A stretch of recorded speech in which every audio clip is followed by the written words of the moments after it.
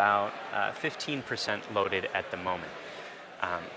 We pressurize the tanks with helium. Those are at just under 100%. We'll slowly be trickling in additional helium. Those hold the pressure in the tanks when we're emptying the tanks of fuel during ascent. We're also planning on recovering the first stage of today's Falcon 9. The drone ship, Of Course I Still Love You, is currently holding position 340 nautical miles southeast of Kennedy Space Center. And after stage separation around T plus 3.5 minutes or so, or 2.5 minutes or so, excuse me, we should be bringing you live coverage on its way back down. All told, vehicle's healthy at the moment. Payload's also healthy and the range is a go. Weather-wise, we're watching some strong high-altitude winds and some thick cloud layers that are cooling to minus 20 degrees Celsius, but there's nothing that's looking like it's going to stop us from launching in 12 minutes from now. Block 5 refers to a series of upgrades we've made to the Falcon 9 rocket as part of our ongoing effort to make spaceflight more like commercial air travel is today, and that is to say safe, affordable, and utilizing vehicles that can be flown over and over again. Over time, the primary benefit of these Block 5 upgrades will be the capability to achieve rapid reusability with high reliability. Block 5 is designed for 10 or more flights with very limited refurbishment, but should be capable of additional flights with further testing and possibly additional refurbishment after that. In addition to the changes that Michael and Lauren have touched on, we've also made changes to the 9 Merlin engines on the bottom of the first stage of the Falcon 9. The thrust of each of these Merlin 1D engines has been increased from about 176,000 pound-feet to 190,000 pound-feet at sea level, which represents roughly an 8% increase in thrust. We also have changed the primary thrust structure that houses these engines, which we call the octaweb, from a welded aluminum structure to a bolted structure. And this greatly reduces the manufacturing and inspection burden and increases reliability and shortens the lead time while in manufacturing. Additional improvements have been made to the landing legs to support rapid post-landing vehicle processing, and we've upgraded the operational capability of components across the board on the rocket. Some of the improvements we made have already flown on previous vehicles. For example, the titanium grid fins, which have significantly greater control authority than the previous iteration, were flown for the first time back on Iridium 2 in June. In addition, we've also flown an upgraded first stage heat shield, thermal protection tiles, as well as a new second stage new anti-vortex device, which is used to prevent the fluids inside the stage from developing into a whirlpool or vortex. The ultimate goal is to be capable of relaunching a flown booster within 24 hours with minimal refurbishment. That doesn't mean we intend to fly the rocket once a day, but we could if we needed to. Block 5 will be SpaceX's workhorse vehicle for years to come. It is the final substantial upgrade to the Falcon 9 design, although we may make minor upgrades as we continue to strive for rapid reusability and extremely high reliability. As previously mentioned, Bangabandhu Satellite 1 will be the first Bangladeshi geostationary communication satellite for the country of Bangladesh. The satellite was built by Thales Alenia Space of France and fitted with 26 Ku-band and 14 C-band transponders. This allows the satellite to cover a wide variety of broadcast and telecommunication applications, including satellite TV, internet access, and emergency communication services, and much, much more. The satellite will be operated by the Bangladesh Telecommunication Regulatory Commission, or the BTRC. Located at 119.1 degrees east, Bangabandhu Satellite 1 will provide direct-to-home services, video distribution, and very small aperture terminal communications across Bangladesh. The satellite will also provide broadband connectivity to rural areas throughout the country. The satellite's mission is expected to last at least 15 years. The launch of Bangabandhu Satellite 1 is a key milestone for the country of Bangladesh, and to acknowledge this effort, we have a special message from the CEO of Thales Alenia Space, and its messages to the teams who made this mission possible. Today is an important day for Bangladesh and for all of us. Bangabandhu Satellite 1 is, without any doubt, a pioneering and ambitious space program that will mark the history of Bangladesh. And I'm very proud of Thales Alenia Space to be part of this exciting story. Bangabandhu Satellite 1 is designed to reduce the digital divide in Bangladesh by providing broadcasting and communications services all over the country, and particularly in rural zones.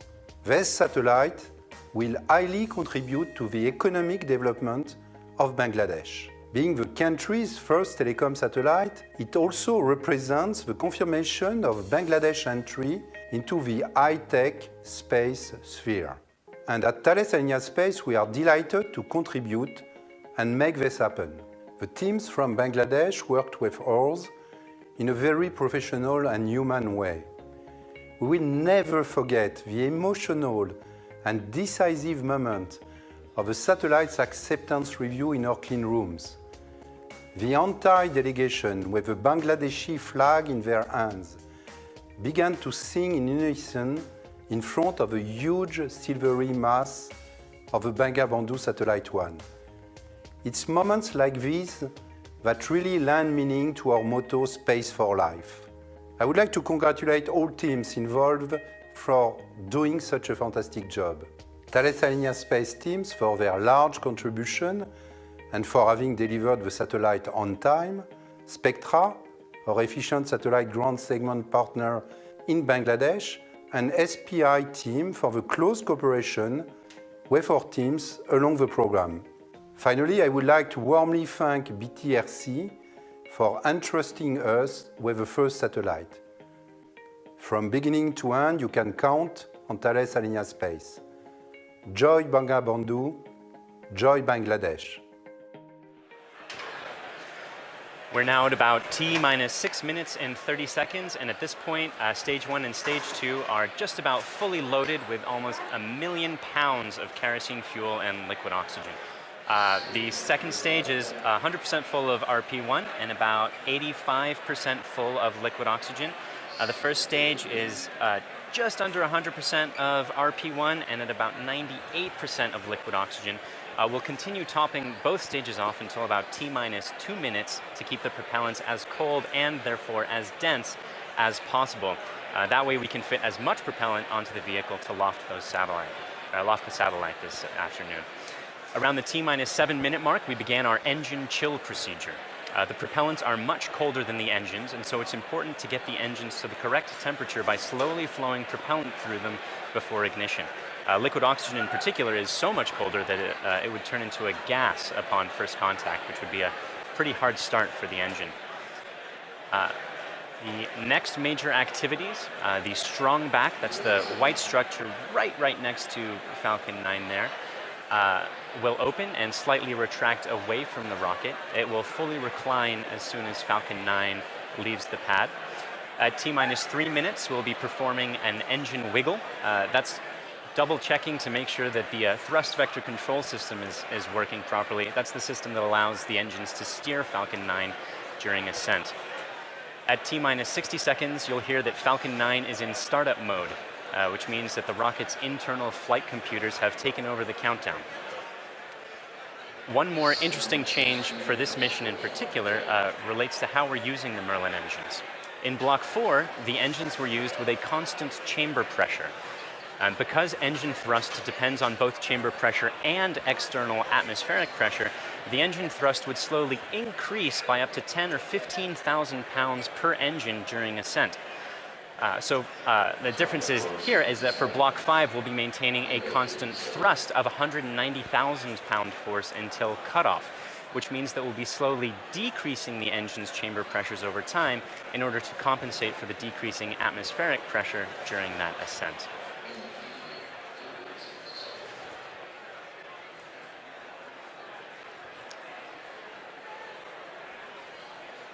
Again, for today's mission, we are looking to recover the first stage. This is the fully reusable version of the Block 5 rocket, at least 10 times reuse and potentially up to 100. The drone ship, Of Course I Still Love You, is currently on standby in the Atlantic Ocean, ready to catch the first stage during its descent. Bangabandhu Satellite 1 is currently looking pretty healthy. Entirely healthy, and we're excited to get that into its geostationary transfer orbit.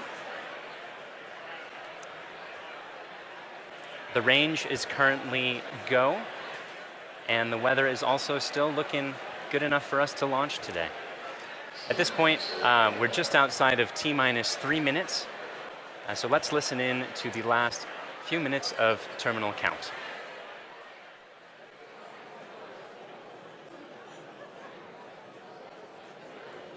Stage 1 launch load complete.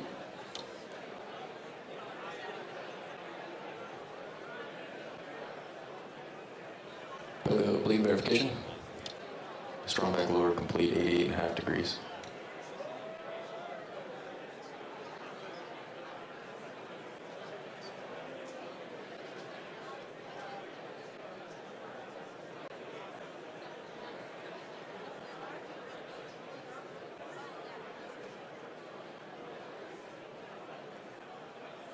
Stage 2 dump manifold secured.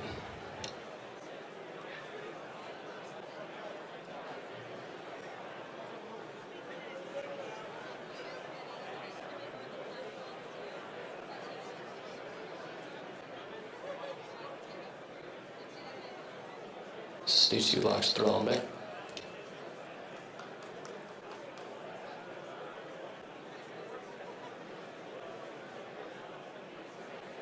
Stage 2 locks load complete.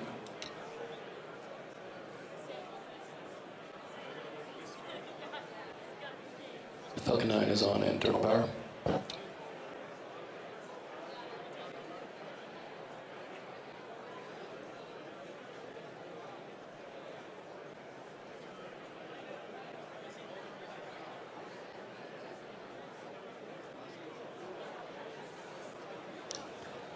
Gas closeouts is running.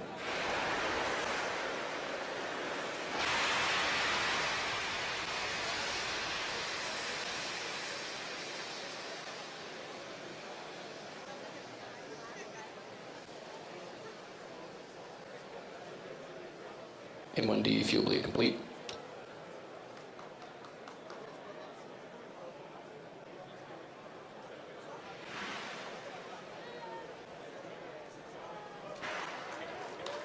AFTS ready for launch.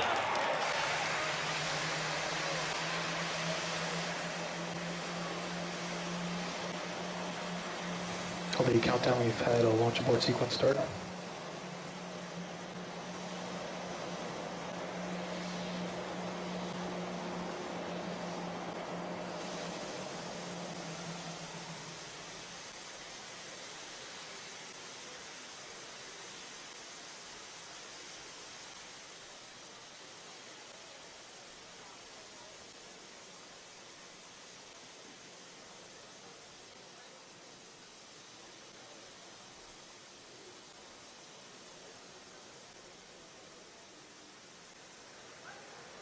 It looks like just after Falcon 9 entered startup mode, it threw an abort. We're currently looking into a little more details to see if we're able to continue today's mission. If not, we'll be using our backup day tomorrow at about the same time.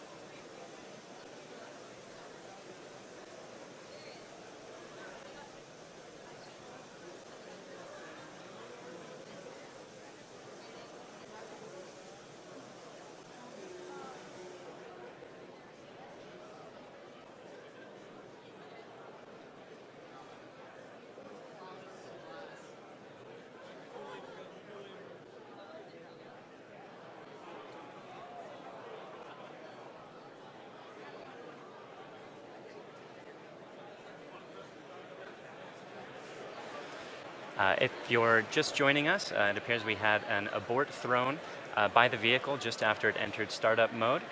These abort sequences are important to make sure that the Falcon 9 is in its best shape in time for any launch. So we're much happier to take those aborts beforehand rather than continue when there's any risk to the vehicle. If we have to go tomorrow, we'll be checking to see exactly what was happening that threw the abort today.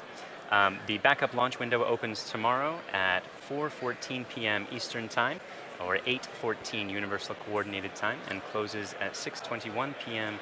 Eastern Standard Time, or Eastern Daylight Time, or 10:21 Universal Coordinated Time.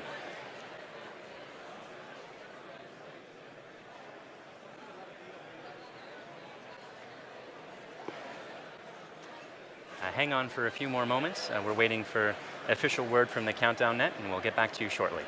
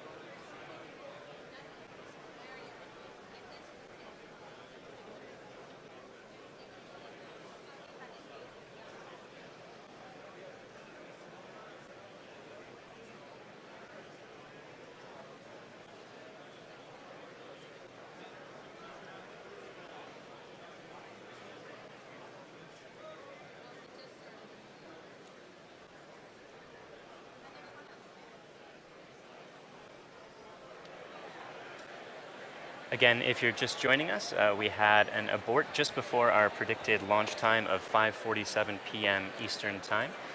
These are an important part of making sure that the vehicle is healthy for launch. At this time, we are currently looking to discover the cause of the abort.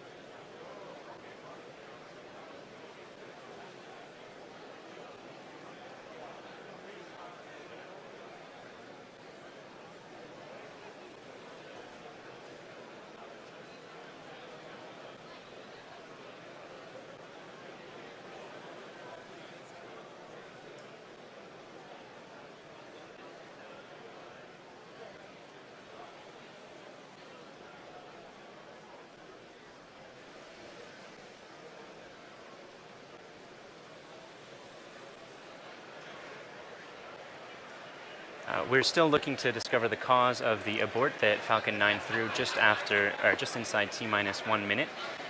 Because so many systems respond in abort, they change to a safe state. It takes us several minutes to understand the generally single cause of that abort. The team is actively scrubbing the telemetry log as we speak.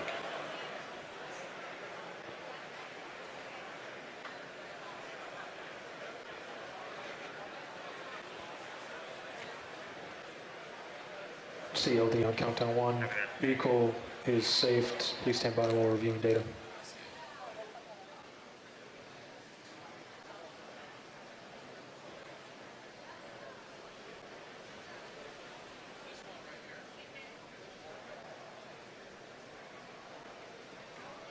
Uh, you just heard on the countdown net. We are still reviewing the data to see if we're able to determine the cause of that abort.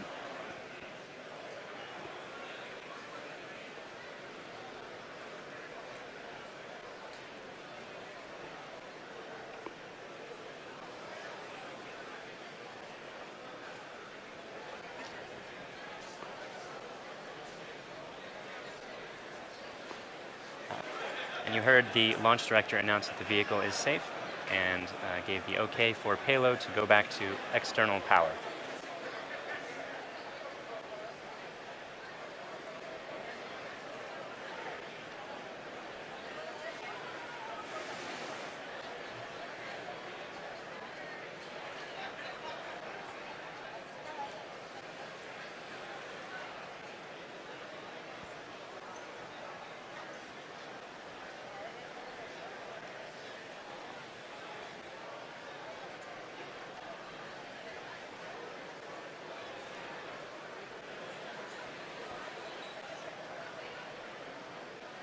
So we're still reviewing those telemetry logs. We're not yet scrubbed for the day.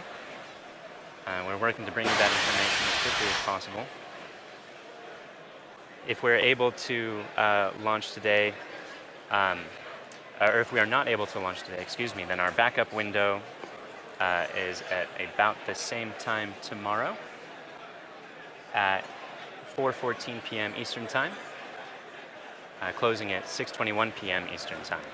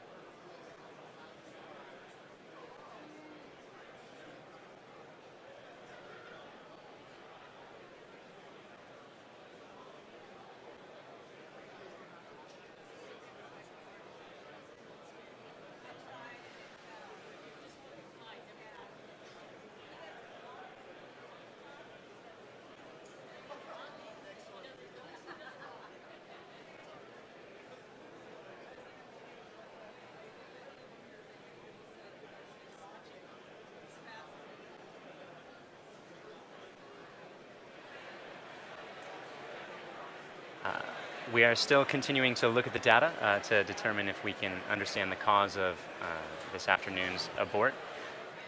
Aborts are part of the standard process. Again, it's good to make sure that the Falcon 9 is completely ready to go, both the ground systems and the vehicle systems as well. And double checking those is vastly preferable to having any sort of a problem during flight.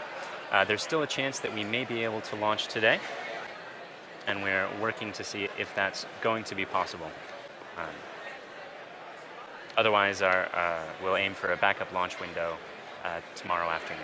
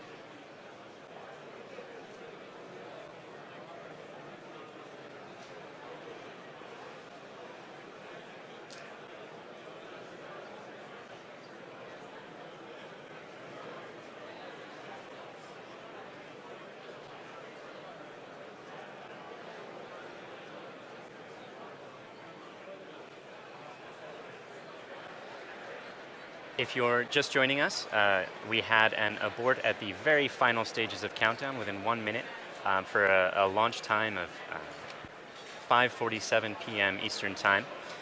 Falcon 9 threw the abort, and they're part of the standard process. We're still continuing to look at the data to conclude, even if it was a ground problem or a vehicle problem. Because at T-minus 1 minute, the flight computers go into startup mode, the process of understanding that abort is a little more difficult than at other times in the countdown. So we're reviewing those telemetry logs to make sure that we're understanding it. There is still a chance that we can make it work for today's window, and we're currently exploring if that's a possibility.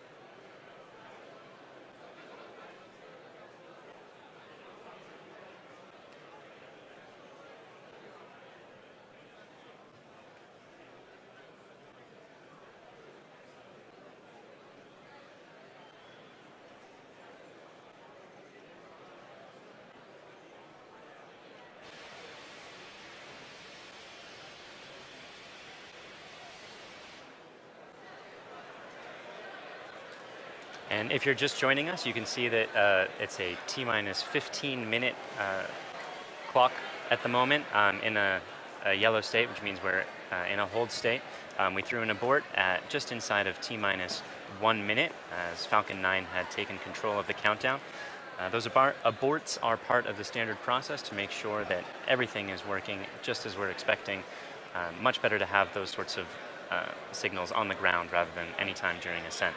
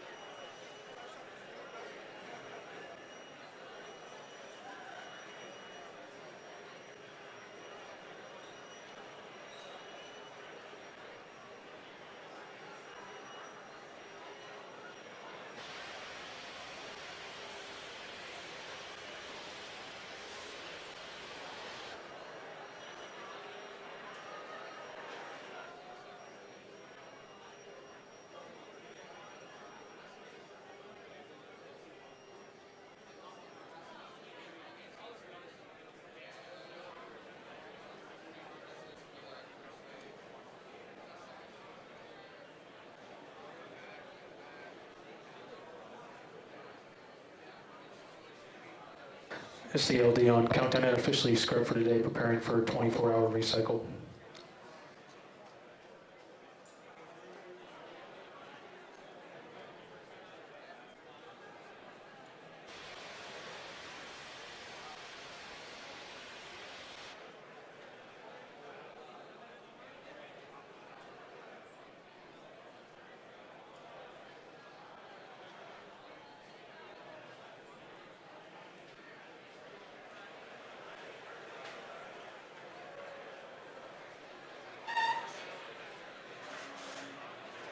And we've just received final confirmation that we are standing down today due to a violation of abort criteria.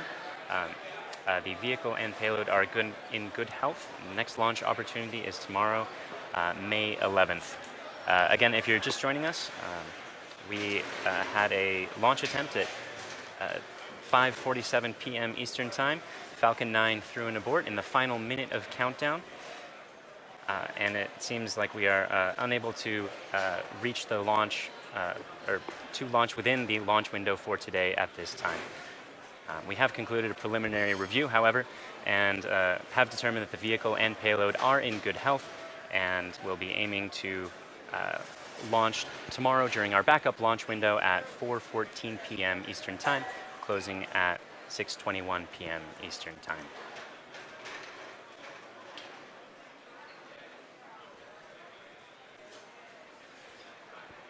At this point, we'll conclude the webcast. Thank you again for joining us, and we hope to see you for tomorrow's launch attempt at, again, 4:14 p.m. Eastern Time.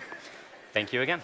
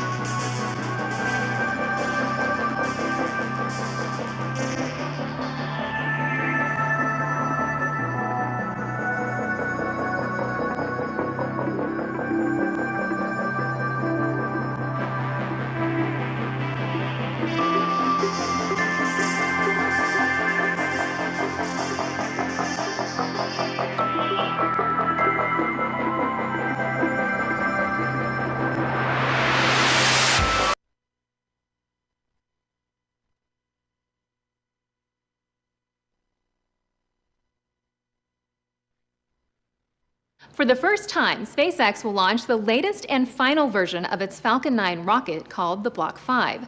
Some of its upgrades include